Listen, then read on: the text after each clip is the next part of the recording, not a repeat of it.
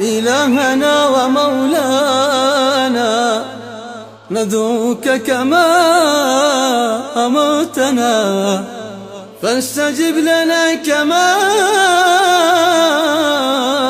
وعدتنا. اللهم ألف بين قلوبنا واجمع كلمتنا ووحد صفنا وانصرنا على من عادانا.